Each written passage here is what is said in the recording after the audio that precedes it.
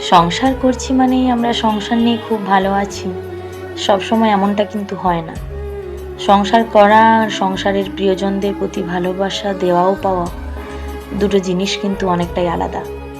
একজন ভীষণ হাসি মুখে সংসার করছে মানে এটা ভাবা উচিত নয় যে সংসারের মাঝে সে খুব ভালো আছে।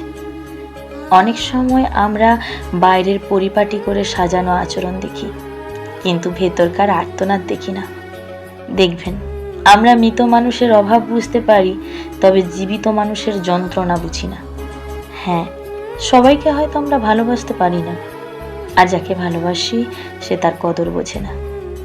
তাই আমাদের জীবনে চলার পথে অন্যকে গুরুত্ব দিন, ভালোবাসুন, তার থেকেও বেশি নিজেকে ভালোবাসুন।